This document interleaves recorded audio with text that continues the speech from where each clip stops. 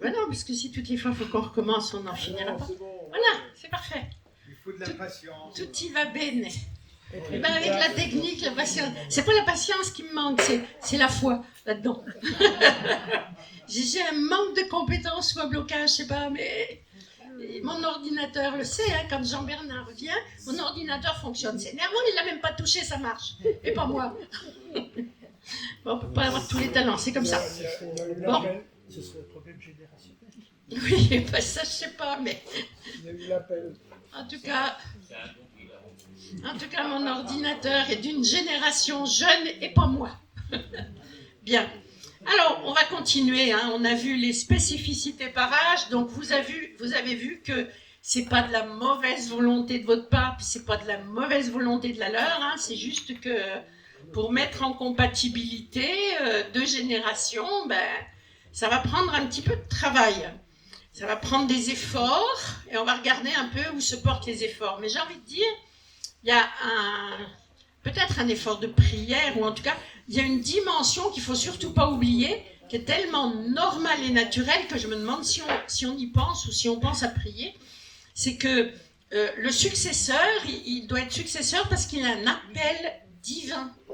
Il a un appel de Dieu. Il n'a pas l'appel de ses émotions, il a un appel de Dieu pour ce ministère. Alors, ça paraît normal, hein, et puis je ne vais pas vous le tartiner comme la confiture sur le pain, mais c'est tellement normal que je me demande si parfois on ne l'oublie pas.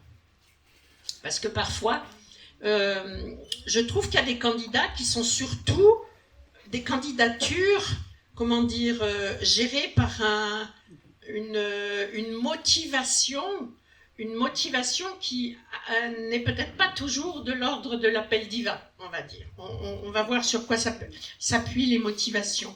Du coup, je ne sais plus où c'est. Excuse-moi, je vais encore aller voir en bas. Voilà. Là. Animation, diaporama, par là. C'est bien. Donc on va faire un petit tour par les motivations, justement. Ça marche ? Bon. Alors, motivation et efficacité. La motivation, elle reflète la charge affective que la personne met dans sa mission. Donc c'est une bonne chose, hein ? C'est-à-dire que si on n'a pas de motivation, on est un peu comme un légume. Il faut qu'il y ait une décharge électrique quelque part qui nous dise « ouais, j'y vais ». Mais ça suffit pas. Mais enfin, la motivation, ça reflète quand même que la personne, elle a mis son cœur là-dedans. Si elle n'y met pas du cœur, c'est comme une obligation à un devoir, une réponse à un devoir. Je dois le faire, je le fais. Je ne dis pas que c'est mal, mais en cas de pression, en cas de difficulté, ça risque de ne pas être solide. Donc, il faut un équilibre, en fait, entre la partie affective, émotionnelle, j'ai envie de le faire, et puis j'ai les moyens de le faire. Vous avez des personnes qui ont les moyens de le faire, et on se dit, ah, cette personne, je la pressens vraiment pour ce ministère, vraiment, elle a les moyens. Mais si la personne n'a pas la motivation, ça ne marchera pas.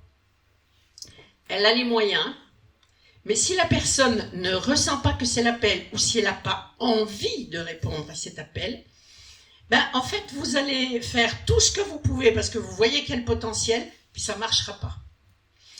Malgré que la personne ait les moyens, c'est-à-dire vous voyez tout ce qu'il faut pour que ça marche. Eh bien, ça ne marchera pas si la personne n'a pas la motivation qui correspond par rapport à cet appel. Mais d'un autre côté, à l'inverse, j'allais dire, on a des personnes qui montrent une motivation dont on voit vraiment, il y a l'envie d'y arriver, il y a la motivation pour le faire. Mais de l'autre côté, vous vous dites, oui, mais là, il n'y a pas ce qu'il faut. Il n'y a pas ce qu'il faut dans les valeurs, il n'y a pas ce qu'il faut peut-être dans l'intelligence, dans la compréhension, dans la façon d'aimer les gens, dans la façon de tisser du relationnel. Parce que pour être dans ce ministère, il faut savoir tisser du relationnel quand même. Hein. On n'est pas pasteur tout seul au milieu du désert.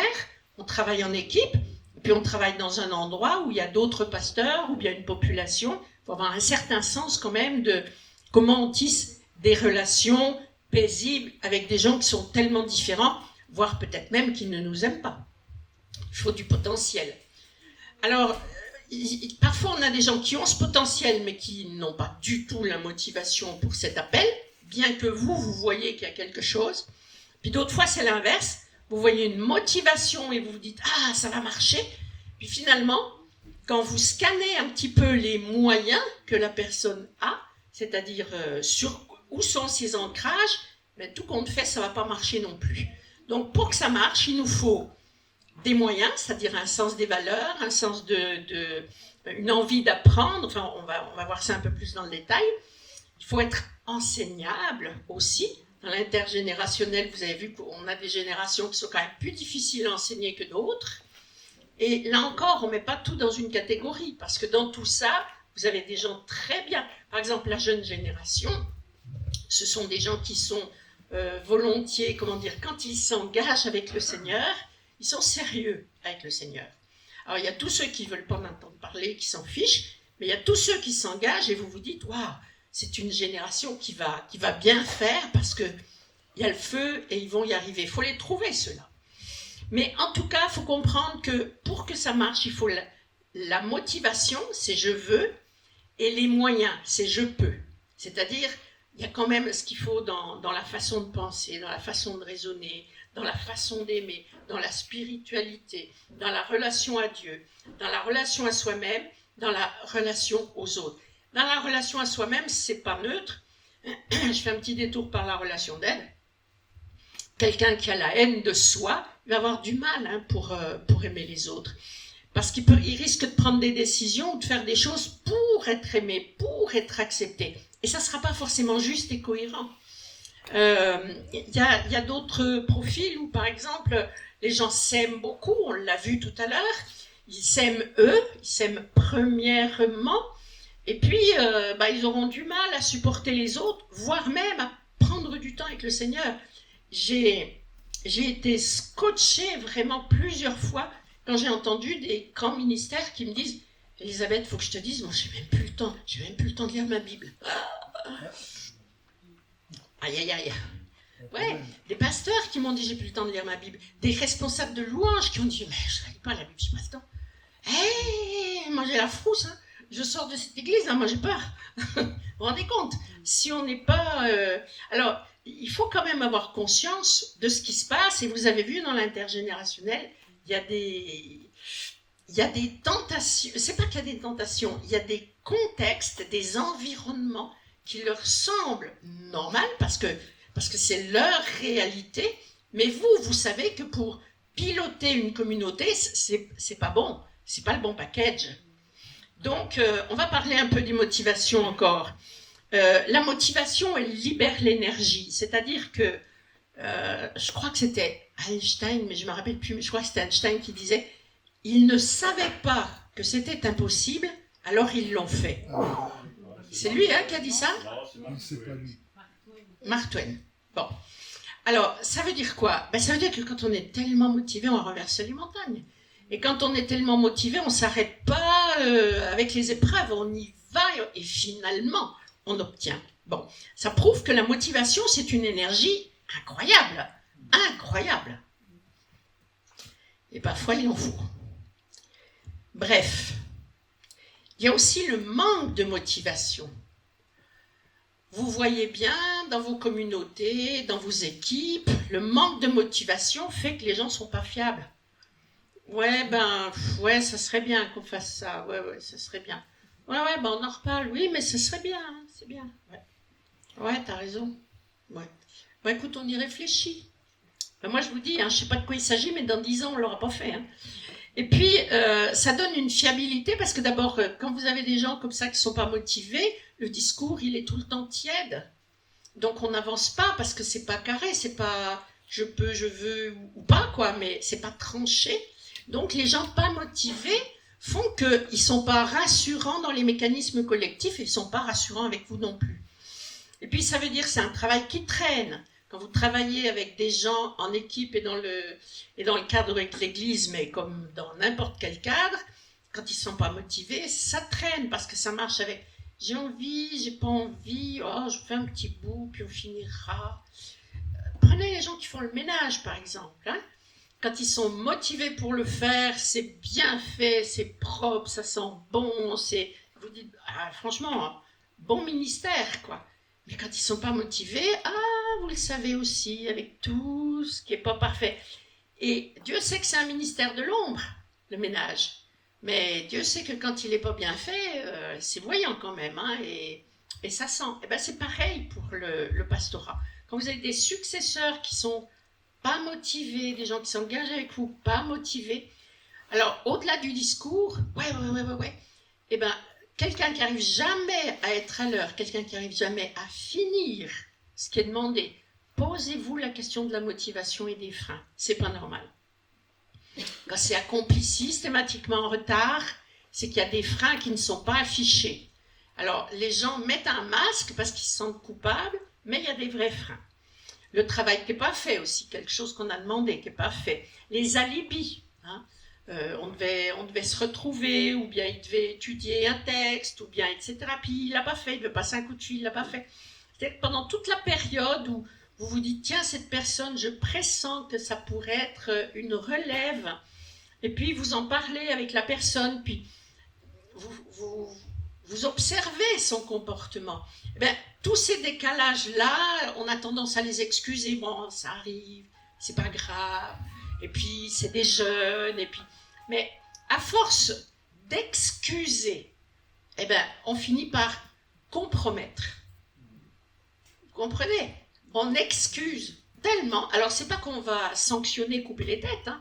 Je ne dis pas qu'il faut être extrémiste et intégriste, mais je dis, sachons lire, droit c'est droit, tordu c'est tordu. C'est-à-dire que la personne qui est motivée, il peut y avoir un problème, c'est pas la question, mais quand même, on s'aperçoit que quand c'est jamais comme on a demandé, ou bien c'est jamais à temps, ou bien c'est difficile, il ne faut pas se dire c'est la différence générationnelle. Non, c'est un manque de motivation.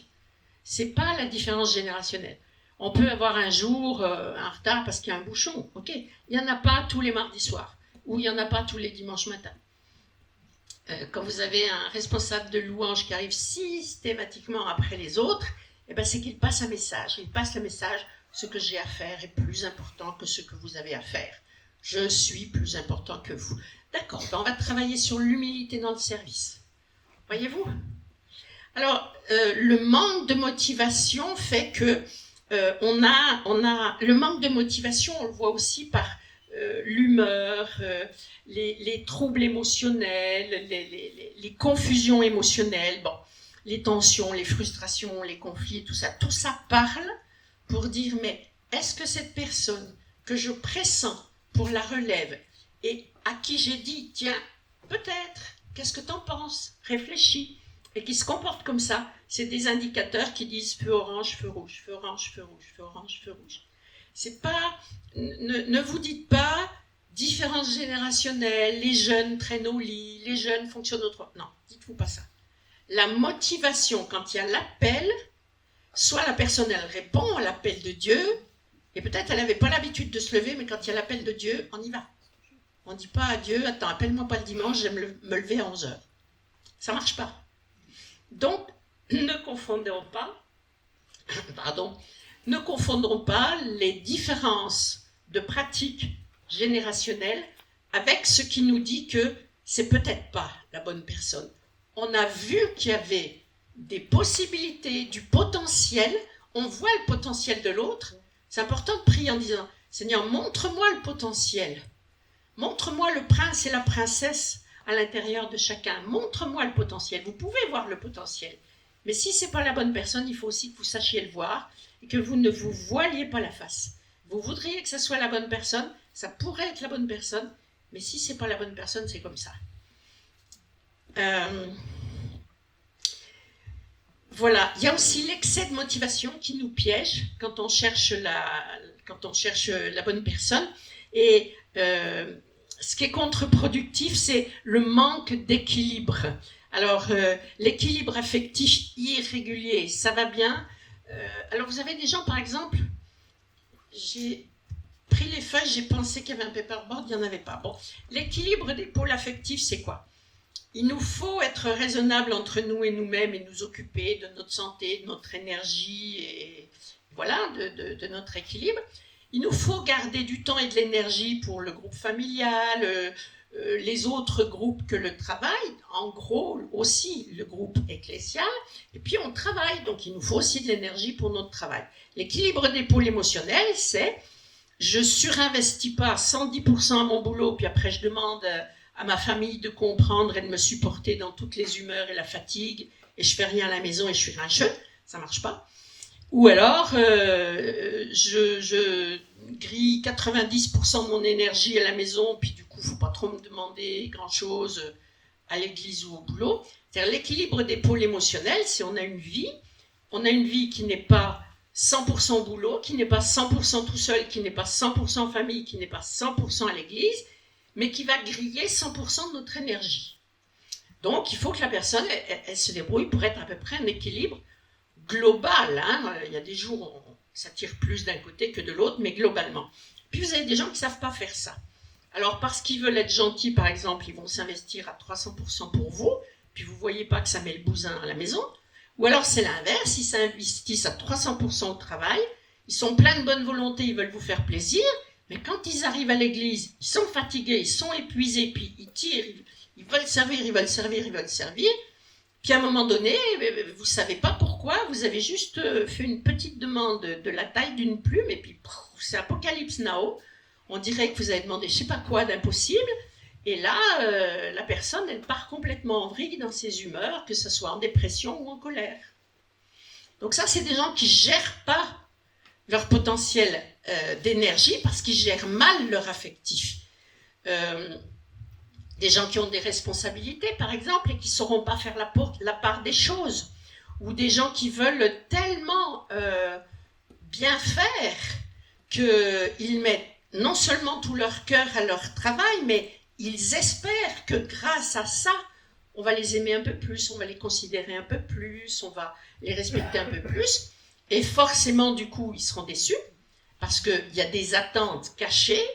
Et avec ces attentes cachées, eh ben, ils vont couler émotionnellement régulièrement. Parce qu'on ne va pas répondre forcément à ces attentes cachées, surtout qu'elles sont cachées. Si on sait que quelqu'un a beaucoup besoin de reconnaissance, on va faire attention. Merci, c'est super, franchement, ce que tu fais, c'est précieux. Parce qu'en plus, c'est vrai. Mais si on ne le sait pas. Donc, l'équilibre émotionnel, c'est très important dans le service. Et la personne qui a des sautes d'humeur, la personne qui ne sait pas gérer son énergie, vous pouvez lui apprendre. Mais quand vous allez passer le relais, il faut que ça soit de l'acquis. Il faut que ça soit de l'acquis, il faut que la personne elle ait appris à gérer ses humeurs, son énergie. Parce que rendez-vous compte, quelqu'un qui à un moment donné va devoir assumer que peut-être on vous appelle tard le soir, et puis il y a un scénario catastrophe dans la famille Intel, et puis il y a la préfecture qui vous embête avec tel papier, et puis je sais pas quoi, tout ce qui peut arriver, les rivalités d'église, les poubelles en feu, j'en sais rien, enfin des surprises qui émotionnellement travaillent. Et bien, si la personne n'est pas en équilibre, voyez-vous, elle ne va pas faire le poids. Vous voyez le potentiel, mais il faut que vous voyez le potentiel. Est-ce qu'elle va résister à ce qu'on vit quand on est dans le ministère? Et quand vous voyez que, à la mesure où la personne est, elle gère déjà mal son affectif, ou elle gère mal son énergie, il faut que la personne ait réglé ça, il faut que vous l'ayez accompagnée avant de pouvoir prétendre passer le relais. Donc la relation à Dieu, la relation à soi, la relation aux autres membres de l'équipe, parce que parfois, oui, puis des groupes extérieurs. Est-ce que la personne à qui vous allez passer le relais est capable de s'entendre avec les autres églises de votre région? C'est important quand même d'essayer d'avoir la meilleure relation possible avec les autres. Des relations parfois même de partenariat, ou en tout cas correctes, on se respecte, voilà, le mieux possible, on travaille pour le même Dieu, et on fait partie de la même église avec un grand E, même s'il y a des nuances et des différences. Donc la personne que vous allez prendre pour votre place, il faut qu'elle ait un sens de la communication, un sens des autres, un sens de l'adaptation, et un sens à la fois de la tolérance et de l'exigence. Je vais où là? Voilà. Ça, c'est ce que je viens de dire. C'est tout bon. Donc, je retourne ailleurs. Voilà. Donc, je voulais faire ce détour pour la motivation, pour dire parfois, il y a une motivation qui est là. Parfois, il n'y a pas de motivation. Parfois, on a un excès de motivation et c'est pas neutre. Ne mettez pas ça sur l'intergénérationnel. C'est un matériau de base de l'énergie, puis c'est un matériau de base de la fiabilité. Il faut qu'il y ait de la motivation pour qu'il y ait de l'énergie. L'excès de motivation déclare du mensonge. C'est pas méchant, hein, mais ça déclare qu'il y a des troubles identitaires. Et le manque de motivation, ben, vous allez passer votre temps à pousser, porter, traîner, à faire à la place et puis à vous épuiser, quoi. Quand ils sont pas motivés, ils sont pas motivés. Ils veulent pas, ben ils veulent pas. Voilà, c'est autrement, c'est comment dire, c'est comme ça. Je crois pas que le Seigneur soit un négrier qui nous traite comme des forçats. Je suis où? Petite minute, j'arrive, c'est là. Dormez pas, hein?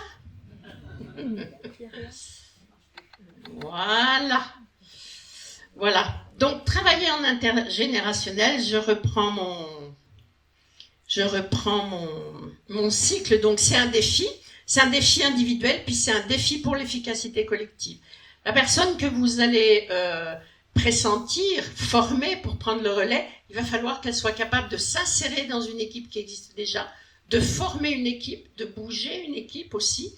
Donc, cette personne, il faut qu'elle soit compatible. On pourrait dire, je vois une personne qui franchement conviendrait. Mais si ce que cette personne est et fait, vous vous dites, si je transplante cette personne-là dans le groupe qui est déjà ici, est-ce que ça marche?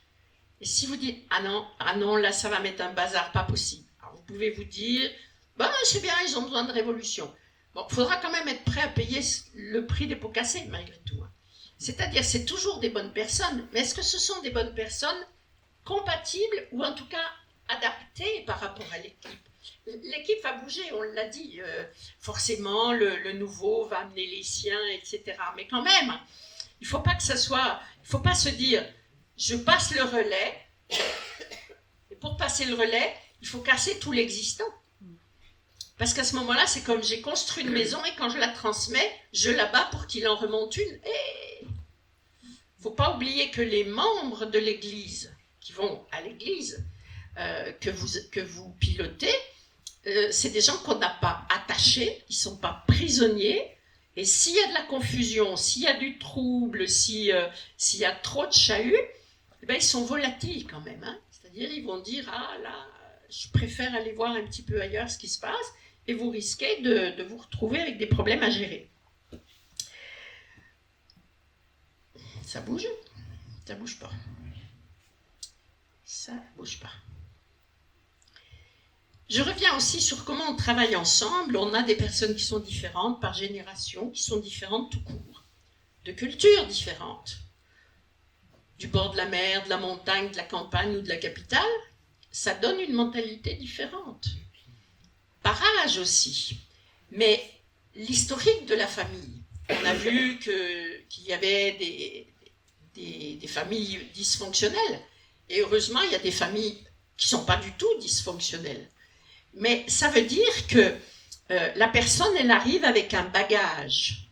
Elle arrive avec un package et des croyances. Vous êtes une bonne personne avec vos croyances, et puis c'est une bonne personne avec des croyances. Mais comment on va faire pour s'entendre? Il ne suffit pas de se dire on a le même Dieu, on a le même Saint-Esprit, alléluia, Dieu est bon. Mais c'est des vérités ça. Mais pourtant il y a des conflits, pourtant il y a des tensions. On croit tous dans le même Dieu, mais ça ne prouve pas qu'on a la même interprétation de ce qui doit être fait pour avancer, de comment on fait pour bien faire. Et avec la même Bible, vous n'avez pas idée de tout ce qu'on peut faire dire à la parole de Dieu. Chacun a sa représentation de ce qu'il faut faire pour que ça marche bien. Donc ça veut dire qu'il faut créer d'abord un référentiel commun. Ça veut dire qu'il faut échanger, il faut échanger les cartes du monde. C'est-à-dire quelle représentation vous faites de ce qu'il faudrait faire pour que ça marche. Quelle représentation la personne se fait de ce qu'il faudrait faire pour que ça marche. Et vous allez prendre dans tout ça, vous écoutez et vous allez prendre ensemble les points sur lesquels vous trouvez qu'il va falloir travailler pour y arriver. C'est-à-dire, oui, du fait qu'on n'est pas de la même génération, on est de la même culture, mais moi je viens de l'église de là-bas, et puis peut-être que c'est pas la même culture d'ailleurs en plus. Donc ça veut dire que construire le référentiel commun, c'est dire, on a notre culture de base, on a notre référentiel chacun, mais si on part comme ça, on va dire, à mon avis, il faut faire ça. Et chacun va travailler de façon individualiste, et on va se bousculer, on va se rentrer dedans, on va confronter a posteriori, ah ben non, mais j'ai cru que tu allais faire comme ça, ah non, mais moi j'avais compris que tu allais faire autrement. C'est pas bon. Ça crée des incompréhensions, des tensions et des confusions. Ça veut dire que quand vous pressentez que quelqu'un pourrait être la bonne personne, ou en tout cas que ça mériterait de se pencher sur la question, il faut d'abord clairement déclarer qu'il y a un temps d'observation qu'on définit, déjà au moins une année d'observation avant de se dire que peut-être il y a du possible, puis on rajoutera du temps. Et puis, pendant ce temps, on crée du référentiel, c'est-à-dire comment tu vois les choses dans le domaine de... Et on prend tout ce qui correspond aux missions du pastorat, telles que bibliquement expliquées, mais telles que pratiquées chez vous. Également, votre église, elle a une vision. Il y a des églises plus tournées évangélisation, d'autres plus, aide et soins, d'autres... peu importe, vous avez tous un cœur de serviteurs spécifiques.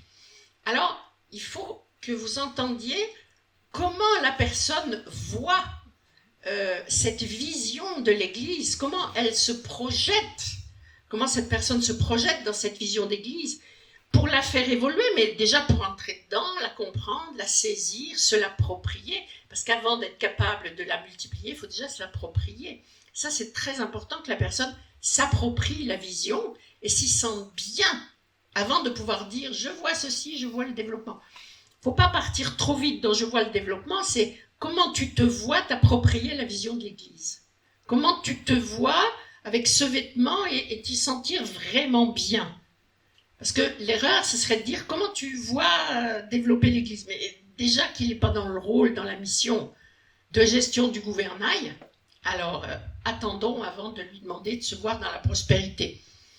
Donc créer ce référentiel commun, c'est on crée un référentiel commun sur la conception des choses, comment tu as l'habitude de concevoir, comment tu as l'habitude de réfléchir, comment tu as l'habitude de traiter ce que tu as compris de la parole de Dieu, qu'est-ce que tu en fais, comment tu as l'habitude de gérer ça, c'est-à-dire comment on gère son temps, comment on gère sa réflexion, comment on gère la création de solutions, comment on gère des problèmes, comment on gère du relationnel, il y a beaucoup de choses qui constituent votre mission pastorale, il faut l'écrire, et après se dire, on va créer un référentiel, cette personne est différente, génération différente, milieu différent et tout ce qu'on veut, mais on va se mettre d'accord, comment toi tu vis ça, comment moi je le vois, et qu'est-ce qu'on fait avec ce qu'on a de commun, et qu'est-ce qu'on fait avec ce qui nous différencie? Est-ce que ce qui nous différencie c'est important ou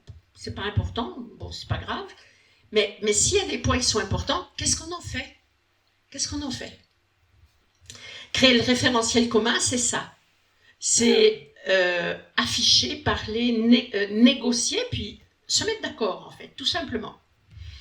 Voilà, il faut aussi être convaincu que l'unité, c'est la volonté de Dieu. Vous avez vu que dans les générations, il y en a qui ont une rébellion à l'autorité, une allergie à l'autorité, tant par les circonstances de leur construction identitaire personnelle, que par l'influence de leur génération.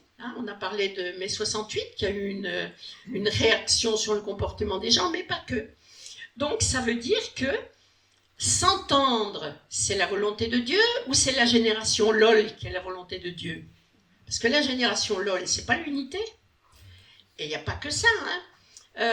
Certaines personnes vous diront, oui, mais c'est dans les tensions et dans le fait qu'on se bagarre qu'on fait évoluer les choses. Donc, ça veut dire que là, on se dit, c'est dans le conflit qu'on bouge les choses. Donc, la règle, c'est soyons en conflit pour être en bonne santé.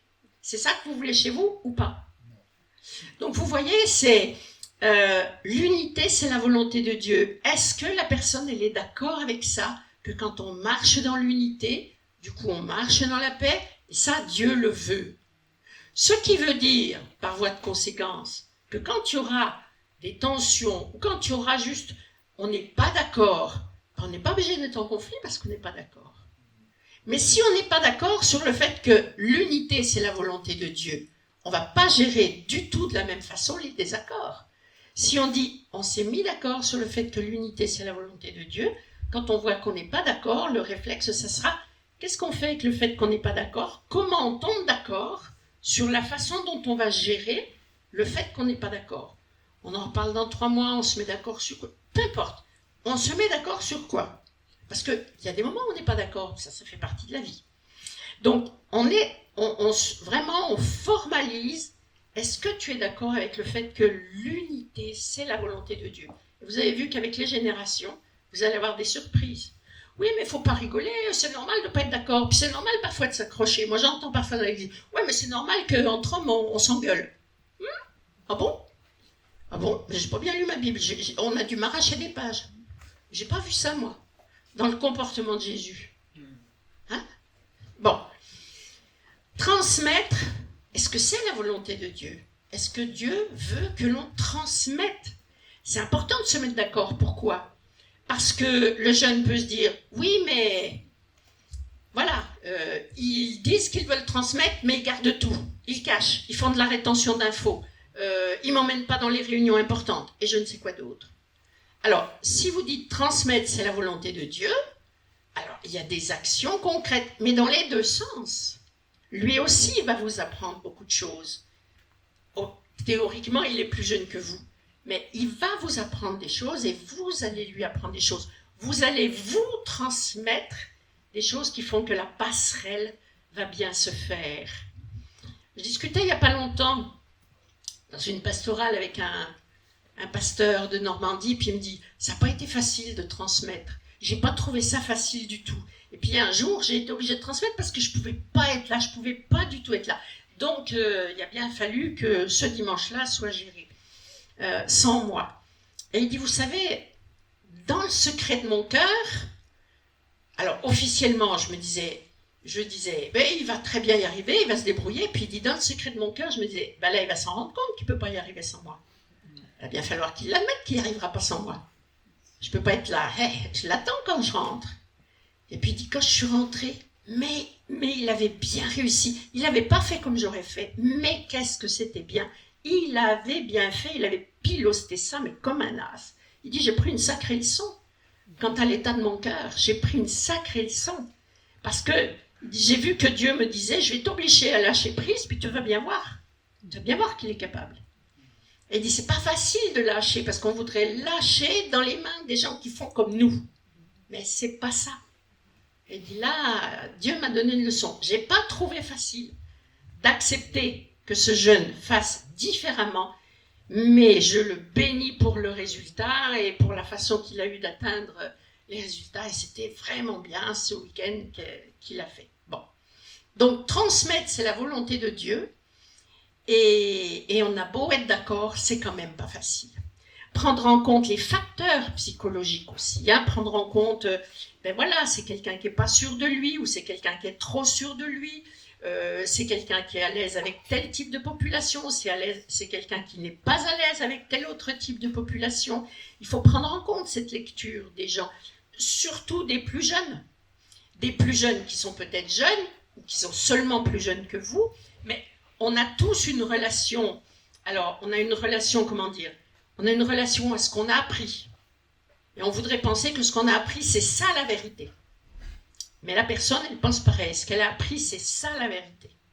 On a une relation à la façon qu'on a de donner les choses, de donner à l'autre. Donner la connaissance, donner l'affection, donner. Bon.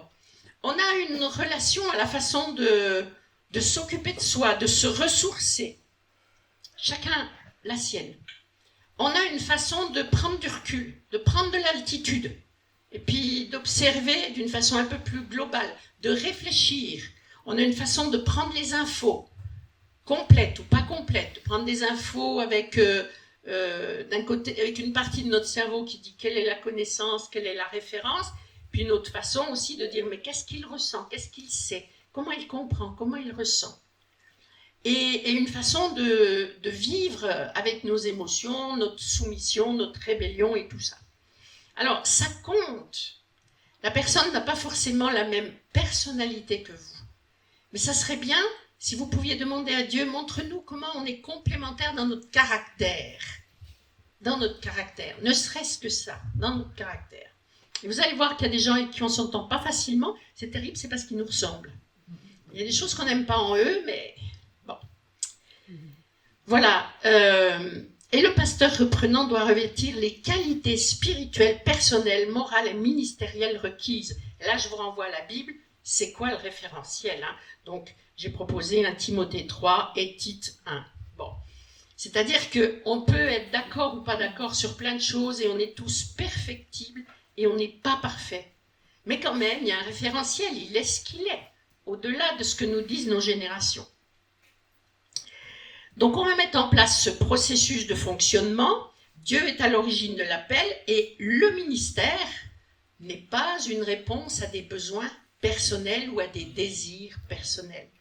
On n'a pas voulu de moi dans ma vie, eh bien je vais m'occuper des autres, je vais prêcher, je vais être pasteur. Une autre réaction aussi, c'est, je suis en chômage, eh ben je vais devenir pasteur. J'ai pas de boulot, eh ben Dieu m'a libéré, je vais devenir pasteur. J'ai pas de boulot parce que Dieu, du coup, vous voyez dans les raccourcis, je suis au chômage, je galère pour trouver du boulot, Dieu m'a libéré pour que je sois pasteur. Attention, peut-être oui, mais peut-être pas. Si l'église a, je ne sais pas combien, 350 membres et qu'il faut que vous soyez à temps complet, je veux bien. Mais ce n'est pas forcément ça la réalité. Et puis, pendant que la personne apprend à être un pasteur stagiaire, ça ne l'empêche pas d'avoir un boulot. Hein. Ça ne l'empêche pas. Donc, attention de pas prendre la parole de la personne qui dit j'ai un appel au ministère qui en fait c'est une fuite. Qu'est-ce que cette personne elle fuit dans sa vie? Et du coup elle s'engouffre là-dedans comme une sécurité. Bon, ça répond pas. En fait, faites attention aux motivations. L'appel de Dieu ne répond pas à des motivations mal fondées. Je veux montrer aux gens que je suis quelqu'un de bien. Je veux montrer ma super spiritualité. Moi j'ai vu malheureusement, puis j'aurais bien voulu pas le voir souvent, mais quelqu'un qui se cache et qui est en réalité quelqu'un de pervers avec une personnalité multiple, et puis cette personne tout feu tout flamme dans la conversion, et puis je veux être pasteur, et puis voilà, puis on y croit, puis on est content, et voilà, et qui fait un dégât pas possible parce qu'en fait ça cachait des troubles comportementaux, des troubles psychologiques. Et cette personne pourrait accepter, elle a dit ce qu'elle a cru que les autres voulaient entendre.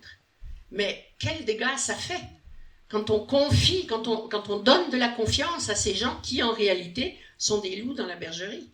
Des loups vraiment dans la bergerie, parce qu'ils viennent pour une motivation personnelle, qui peut être la gloire, qui peut être l'argent, qui peut être le sexe, ça dépend. Voilà, et on insiste sur le fait que le pasteur repreneur est un pasteur qui va être l'ambassadeur de Christ. Alors, il faut quand même qu'il soit sérieux. On n'est pas l'ambassadeur d'un pays pour, comme ça, quand on n'a pas, le tissu, eh ben, à plus forte raison l'ambassadeur de Christ.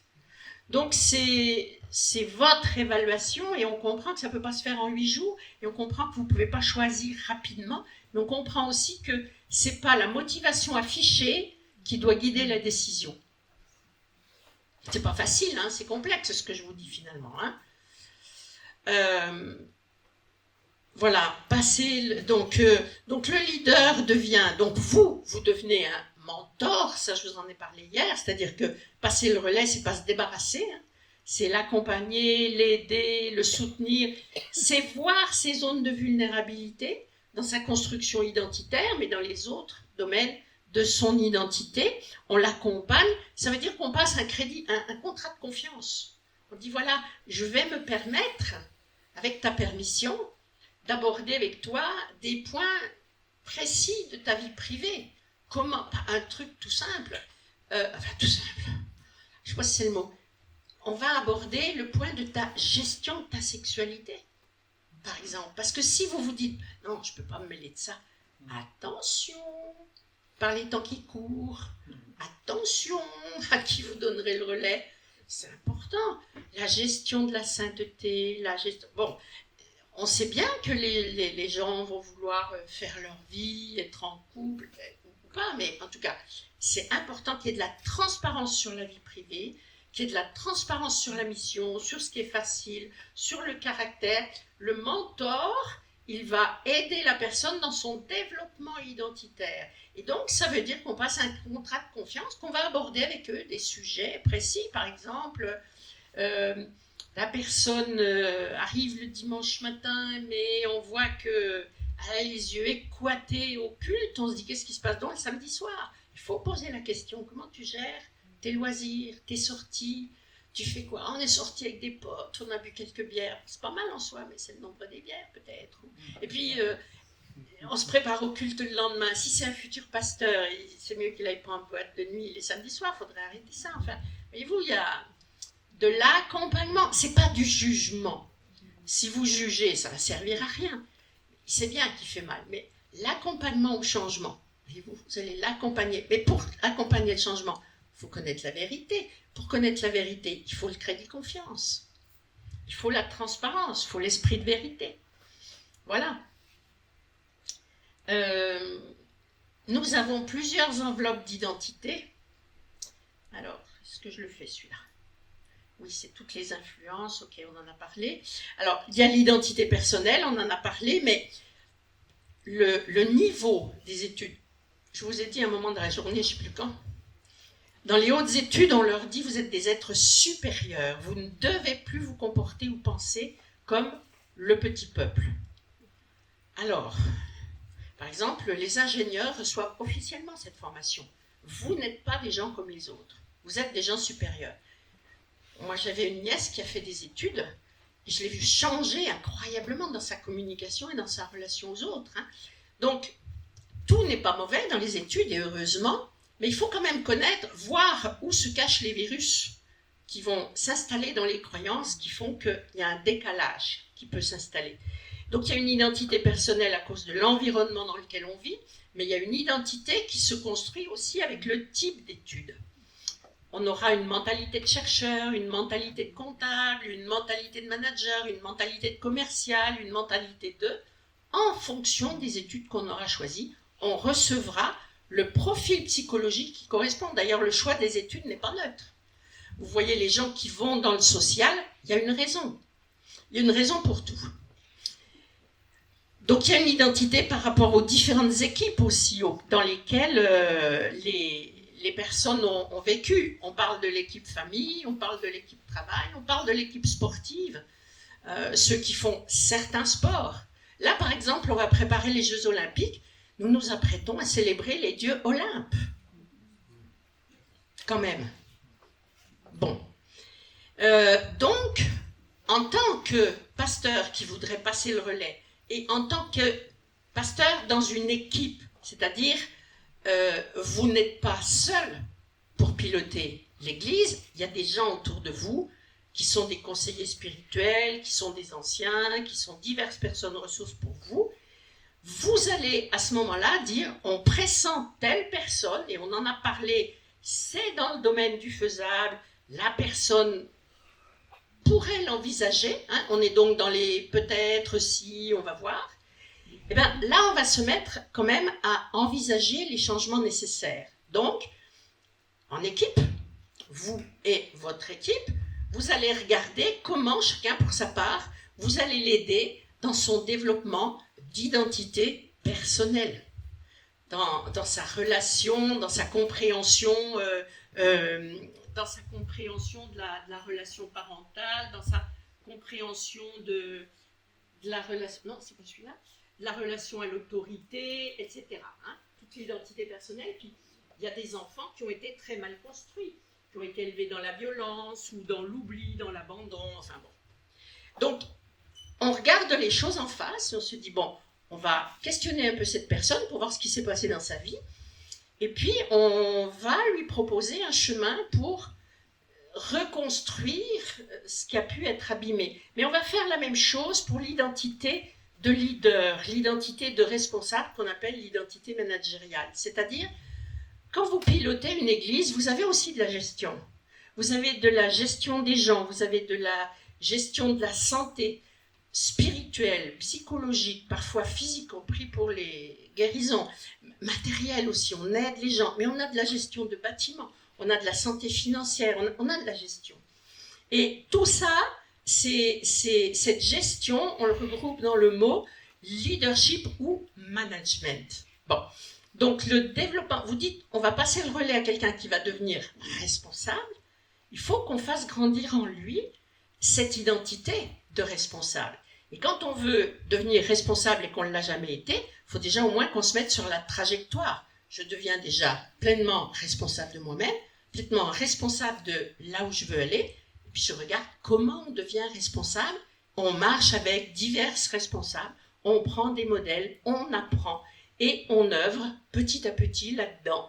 Et on ne lui délègue pas tout d'un coup des missions comme s'il était censé se débrouiller et savoir. On observe, on recadre, on félicite, on encourage. Vous avez vu dans l'intergénérationnel, il y en a, il faut les nourrir beaucoup, hein, beaucoup d'attention. Hein. Ça s'appelle, on va le développer dans toutes les missions, et dans la capacité à gérer les missions. Je reviens, Michel, sur le cas que tu avais expliqué, si tu me permets. Ce qui n'a pas été vu, peut-être, je ne sais plus si c'est toi qui m'as donné ce cas-là, peut-être, j'ai un doute, je ne sais pas. Enfin, un cas a été donné de dire, tant que la personne a été en accompagnement, c'était bien, c'était la bonne personne, c'était bien.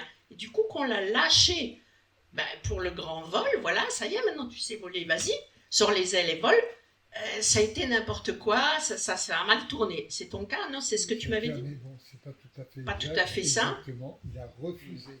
Ensuite, une fois qu'il était reconnu, il a refusé que je sois là. D'accord. Oui.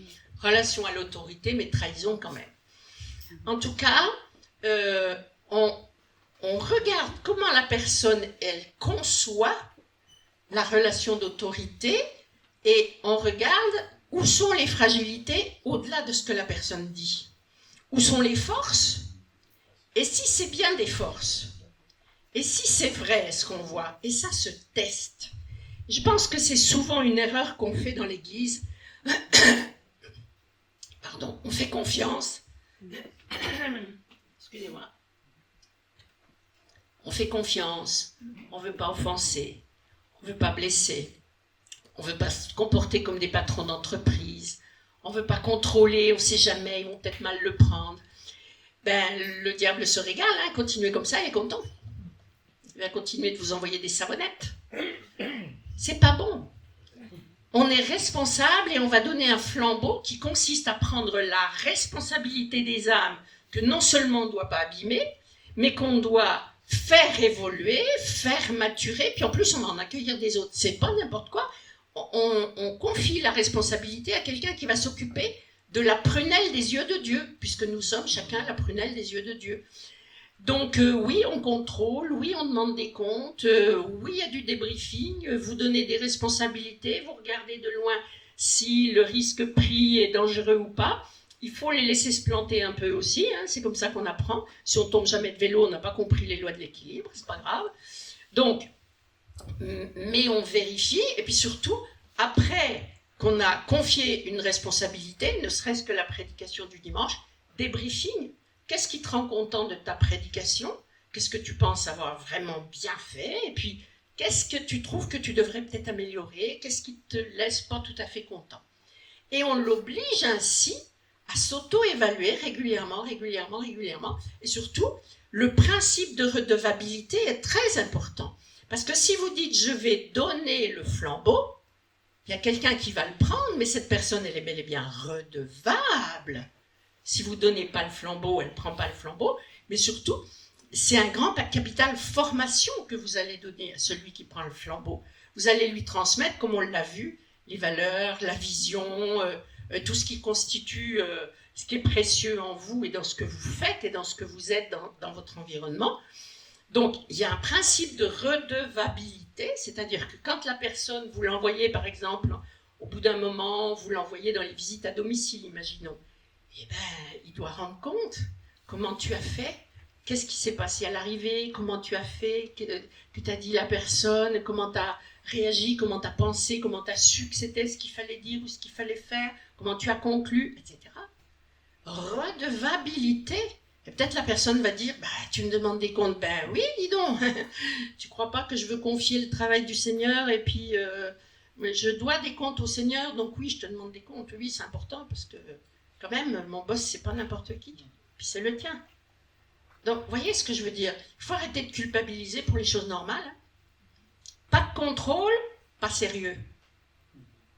La relation et l'autorité, c'est une chose, mais le sérieux dans votre mission, c'en est une autre.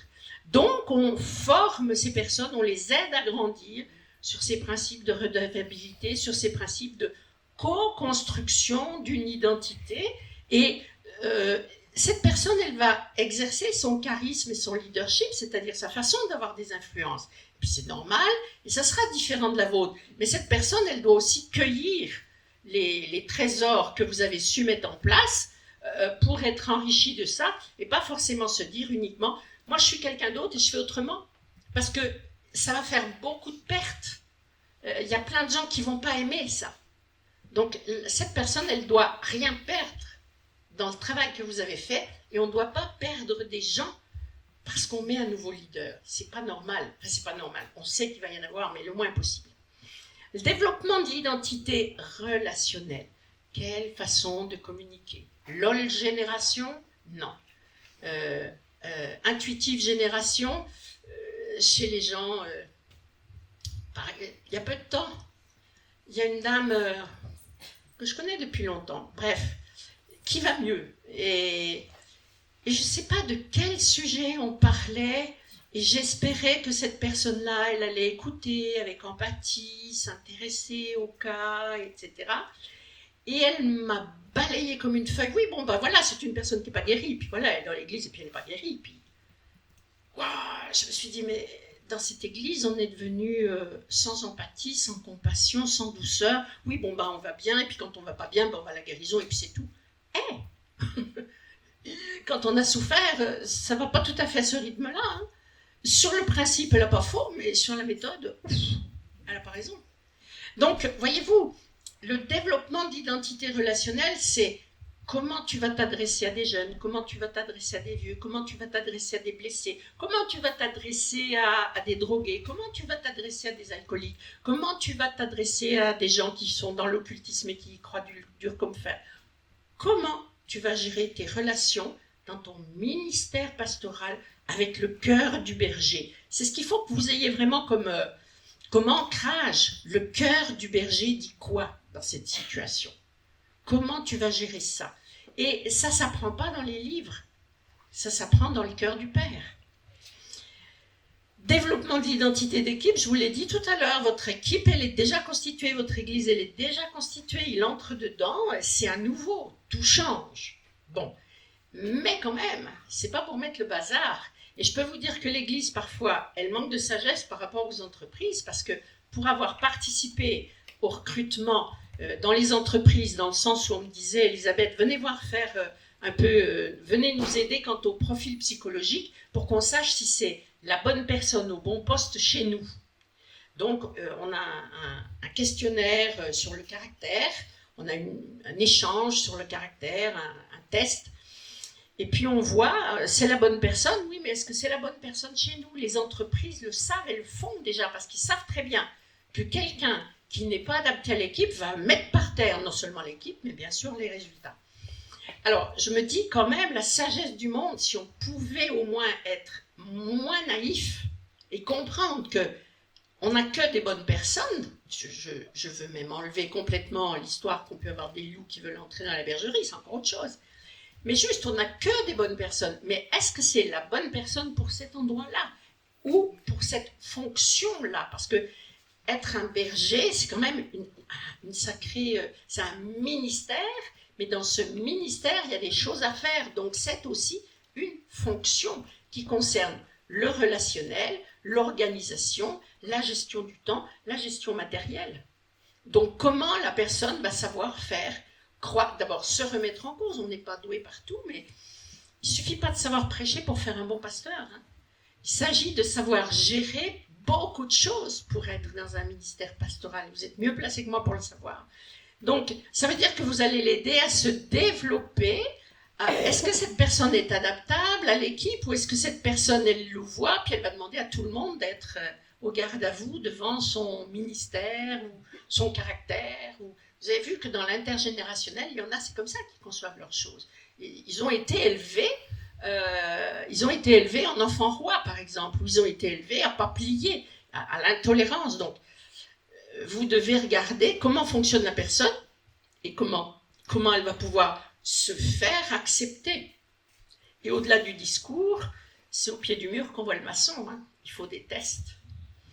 Voilà. Et puis le développement de l'identité culturelle, c'est peut-être quelqu'un qui a été élevé au cœur de l'UNEPI ou pas. C'est peut-être quelqu'un qui a été élevé de façon protestante ou pas. Donc l'identité culturelle est à prendre en compte, et même si c'est quelqu'un qui est né dans l'UNEPI, eh ben néanmoins, il n'est pas forcément né dans votre église. Ce qu'il sait peut être un moteur, et ce qu'il sait peut être un frein.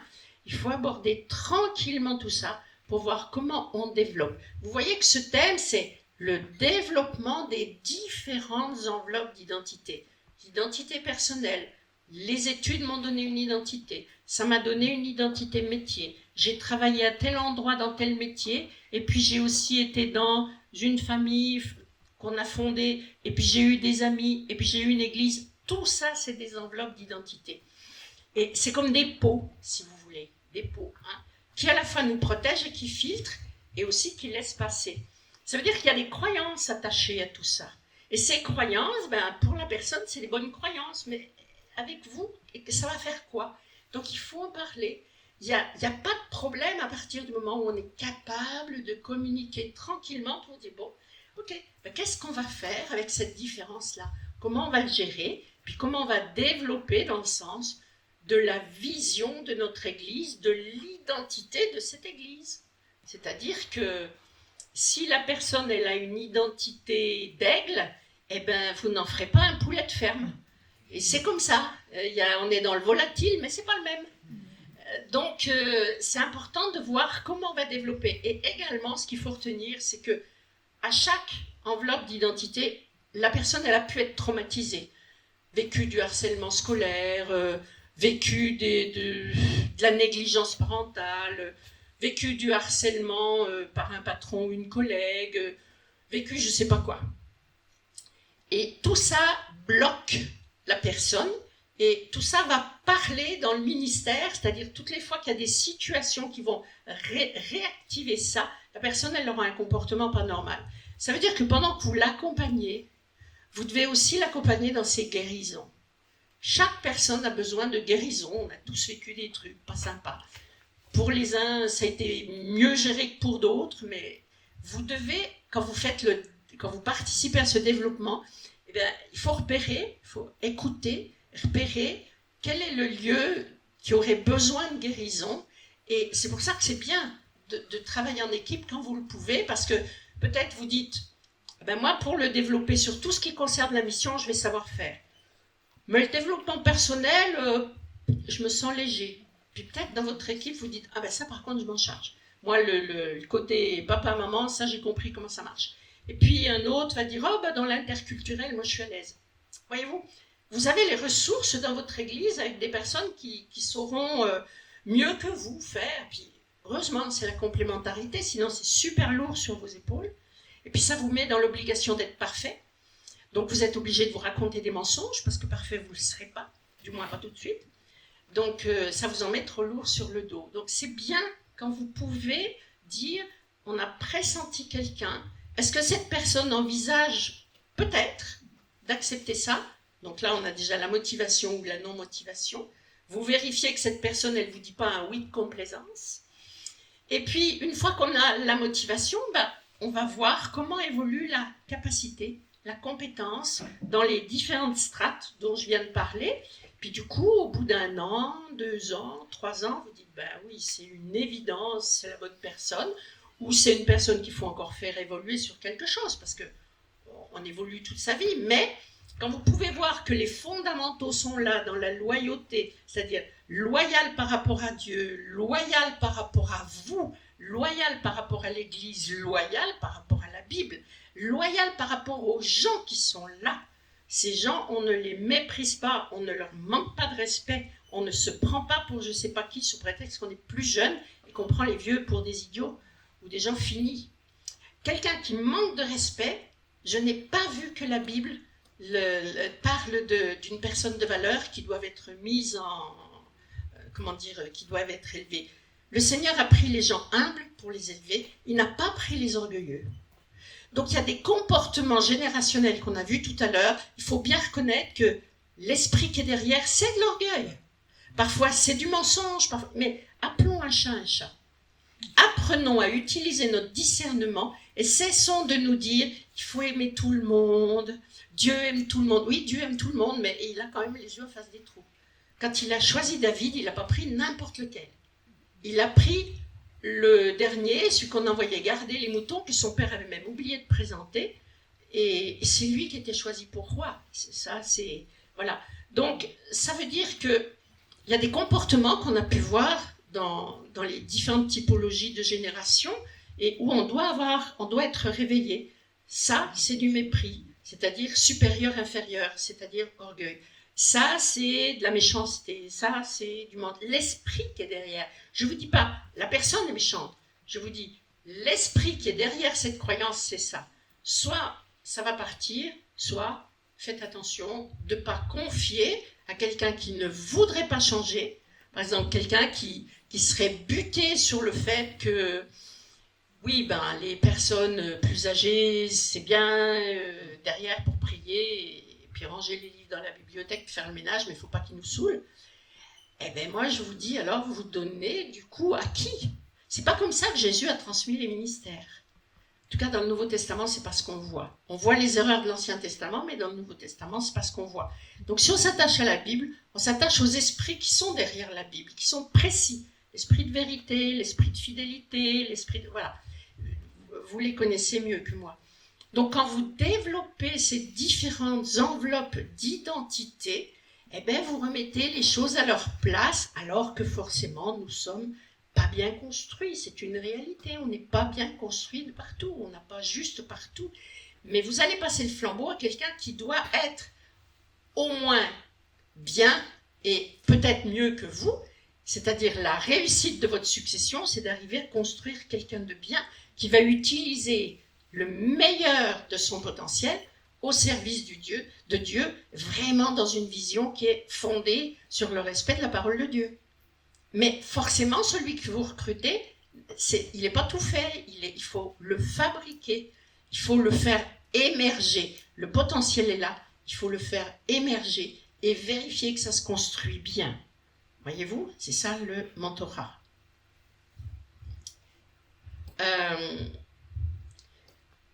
Voilà, on va repérer donc les zones de vulnérabilité, il y en aura forcément, on va repérer où est-ce que la personne elle a peut-être bien été blessée ou bien où est-ce qu'elle a perdu. Il y a des gens, ils n'ont pas confiance en eux, mais c'est rien de le dire. Et ça s'entend, en fait. Ça s'entend parce qu'ils disent une chose, mais ils sont bourrés de questions et on a l'impression qu'ils réfléchissent et que leur cerveau ne s'arrête pas, ils réfléchissent. On dit, mais respire par le nez, Dieu t'aime quand même. C'est fou, hein, ils ne respirent pas, on a envie de leur donner le tuba, ils vont faire l'infarctus trop tôt, là, ça ne va pas. Et voilà, comment ils ont une gestion, comment ils sont réconciliés avec eux-mêmes.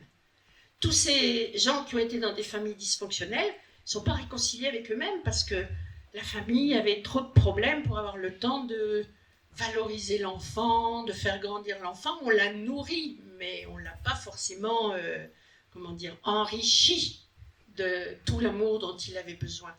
Donc, une personne dont les besoins n'ont pas été fournis aura du mal à s'occuper des besoins des autres.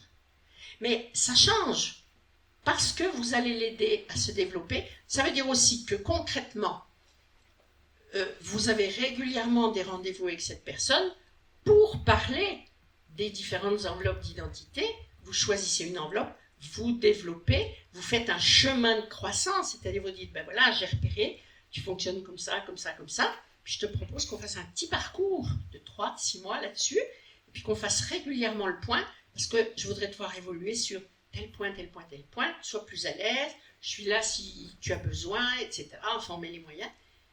Et puis on regarde comment ça bouge. Et si ça ne bouge pas, on recommence, il y a peut-être de l'incompréhension et pas de communication, ou alors c'est quelqu'un d'autre de l'équipe qui devrait l'aider là-dessus. Peut-être, possible. Mais on doit aider la personne à cheminer pour se développer, pour qu'elle soit à un moment donné en position de prendre le relais, et où on se dit, bon là, ça part bien parce que il y a le bon niveau d'équilibre, il y a le bon niveau d'authenticité, il y a le bon niveau de vérité, il y a le bon niveau de confiance, bon, ça part bien. Et puis, quand vous aurez passé le relais, vous n'êtes pas parti encore. Et ça aussi, ça se contractualise avec la personne, dire, je vais passer le relais, mais je suis encore en accompagnement tant de temps. Tu voleras de tes propres ailes après, et quand tu voleras de tes propres ailes, ça ne veut pas dire que je ne serai plus là, ou ça ne veut pas dire que tu ne devras plus accepter des conseils, le conseil des sages. Les Africains vous diraient le conseil des sages. Vous savez comment... Alors moi, je suis blonde, hein, mais j'ai les cheveux blancs quand même dessous. Et vous savez comment les Africains appellent les personnes âgées, telles que moi? Les bibliothèques. Je dis, oh, bah, vous savez... en France, on est vieux à 50 ans. Il me dit, non, chez nous, les cheveux blancs, c'est des bibliothèques. J'ai dit, oh, ça me plaît bien, ça. Ça me plaît bien d'être une bibliothèque. Mais ça donne la relation à l'autorité. Quand vous allez à la bibliothèque, c'est que vous voulez enrichir votre connaissance. Et vous, quand on traite les anciens comme des bibliothèques, moi, ça me parle. Je me dis, ben, d'abord, c'est gentil, mais c'est respectueux de l'expérience, c'est respectueux de la connaissance. Ça veut dire accueillir les conseils, ça veut dire accepter de réfléchir. Puis ils prendront les décisions qu'ils veulent. Mais voyez, quand même, hein, on n'est pas des vieux, on est des bibliothèques. Alors, vous allez passer le relais, mais vous resterez des bibliothèques. Souvenez-vous de ça. Très bien. Voilà, ça j'ai peut-être pas... Ah oui, sur le leadership. Je voudrais revenir aussi sur le leadership. Vous avez votre leadership. Le leadership, c'est la capacité que vous avez d'influencer les gens pour qu'ils accueillent une idée, et qu'ils mettent en place les changements qui conviennent par rapport à la parole de Dieu. Ça veut dire que vous savez avoir de l'influence sur les autres. Je ne parle pas de manipuler à votre propre profit, je parle d'être capable d'influencer les gens pour procurer le nécessaire changement. Donc vous avez votre propre sphère d'influence, c'est à la fois ce qui est bon et à la fois ce qui pose problème quand on passe le relais, parce que, comme je vous l'ai dit, les gens vous aiment. Eh bien, lui aussi, la personne qui va prendre le relais, elle devra aussi développer son leadership. Ça ne sera peut-être pas le même que vous, ou ça sera le même que vous, mais vous devrez veiller à ce qu'il n'y ait pas de rivalité, ni de votre part, ni de sa part, qu'il n'y ait pas de jalousie, qu'il n'y ait pas de compétition. Vous devrez veiller à ça, parce que Dieu bénit l'unité. Dieu bénit l'unité.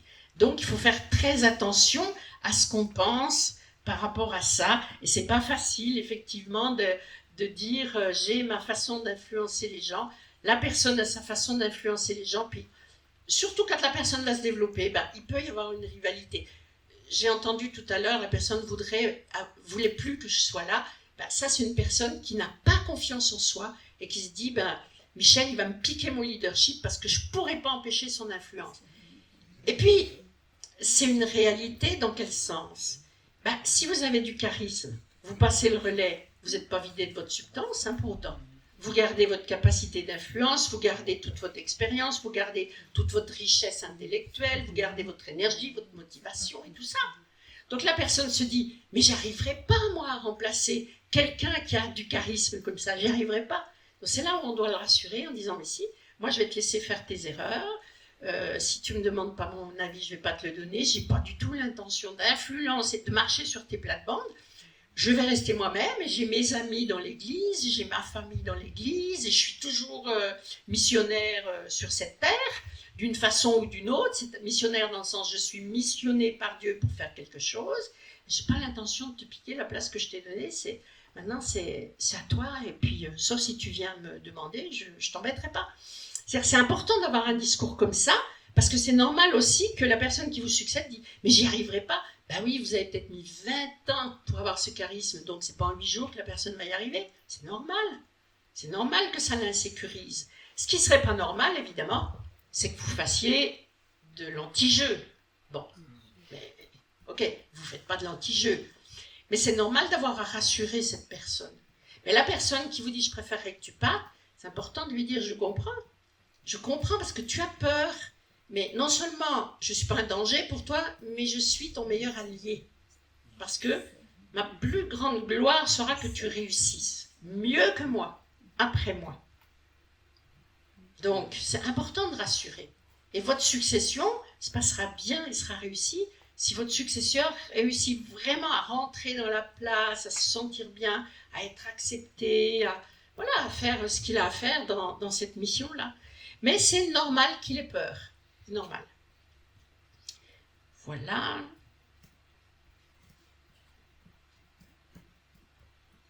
Ça, je l'ai dit. Voilà. Alors, c'est mieux de transmettre quand la raison est positive, plutôt que d'attendre d'avoir cassé votre pipe ou d'avoir fait un infarctus avant d'être obligé de transmettre. Si vous pouviez éviter les ennuis, ça serait pas mal, parce que vous en portez lourd, et puis parfois vous allez tellement contre votre mécanique physique que, des fois on transmet parce qu'on n'a pas réussi avant, mais n'empêche que c'est trop lourd, on ne peut plus. Et il y a des conditions pour que ça se passe bien. Donc la raison de votre départ, c'est mieux quand elle est positive et puis quand elle est bien assumée. On a vu qu'il y a des deuils à faire, c'est normal. C'est mieux quand le départ n'est pas forcé puis qu'on ne se fait pas foutre dehors de ce qu'on a bien aimé faire. Et puis c'est mieux si vous appréciez le nouveau pasteur. Ça c'est bien quand vous pouvez apprécier le nouveau pasteur comme un fils. Parce que c'est quand même à lui que vous transmettez, c'est quand même... Dieu vous a montré quel est votre fils, c'est celui-là. Et puis, c'est mieux quand vous vous êtes préparé à partir, parce que de toute façon, ça reste quand même pas tout à fait facile. Et c'est mieux aussi si vous avez préparé ce que vous allez faire après. Seigneur, dans peu de temps, je suis disponible. Je me repose, je souffle, accorde-moi un sas. Après, je fais quoi? Seigneur, je te rends mon tablier pastoral, responsabilité de pasteur là, et puis je fais quoi? Et après un temps de repos, vous allez voir, Dieu va vous rélancer. Vous allez voir, vous allez aspirer, ça va se faire. Il y a un temps de repos, il y a un temps de déconnexion, reconnexion, je remarque que ça c'est vrai, mais pas que. Il a prévu quelque chose pour vous, je vous en ai parlé tout à l'heure. Et puis, si vous êtes rassuré sur le fait que ça va bien se passer, si vous avez la foi que Dieu est au contrôle, vous serez rassurant. Mais si vous dites que tout va bien se passer, vous inquiétez pas, tout va bien se passer, tout va bien se passer, tout va bien se passer. Eh bien, on se dit, c'est quoi la catastrophe là? C'est pas rassurant du tout. Pourquoi vous dites que je dois pas avoir peur? J'avais même pas pensé avoir peur. Mais alors, je devrais avoir peur de quoi que vous me dites pas? Vous voyez? Alors que si vous êtes profondément dans la foi et rassuré, eh bien, ça se sait, ça se sent, ça se voit. Et vous êtes dans ce cas rassurant. Vous n'aurez pas besoin de dire « Soyez rassurés, n'ayez pas peur ». D'ailleurs, quand on veut que quelqu'un ait peur, on lui dit « N'aie pas peur ». Ça marche. Voilà. Et quand vous êtes bien synchronisé avec le reprenant, c'est-à-dire on parle, on négocie, on met des passerelles, on se met d'accord en fait. On se met d'accord, mais on n'accepte pas la pression. Vous êtes le pilote de l'avion. Et vous ne sortirez du pilotage d'avion que quand vous saurez que c'est le moment. Ce n'est pas le copilote qui vous dit quand est-ce qu'il faut partir. Ok? Voilà. Donc il y a une feuille de route. On se met d'accord, on a une feuille de route, on réajuste cette feuille de route, on la complète, mais on formalise les choses et on arrête de se dire que c'est normal de se faire confiance, que Dieu est en contrôle, que le Saint-Esprit va nous montrer, parce qu'en fait on fuit devant ce qu'on devrait faire très concrètement pour que ça se passe bien. Et c'est normal que ça ne soit pas magique, avec la meilleure bonne volonté du monde et les meilleures personnes.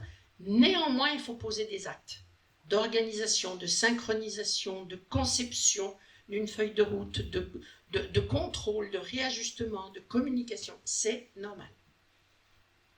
Voilà, donc ça se passera bien.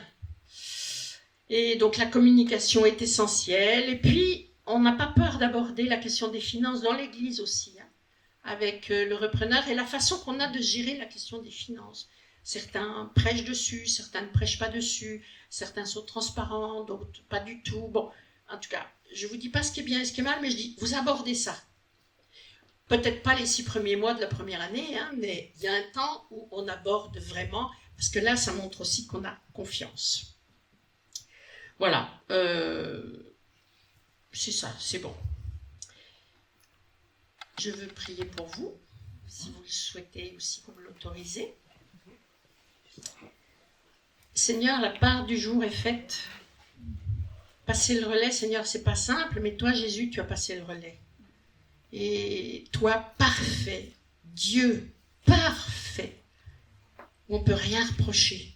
Tu as passé le relais à des gens imparfaits, aussi imparfaits que Pierre qui t'avait renié, aussi imparfaits que d'autres, mais voilà, tu as fait avec l'humanité de chacun, et vraiment, tu en as fait des responsables absolument fabuleux, chacun avec son potentiel.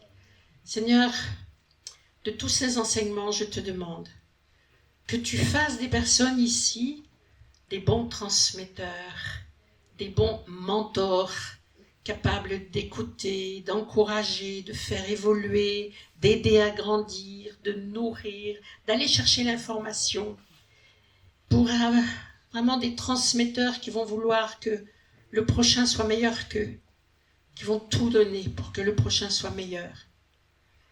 Seigneur, comme tu l'as fait toi, tu l'as fait.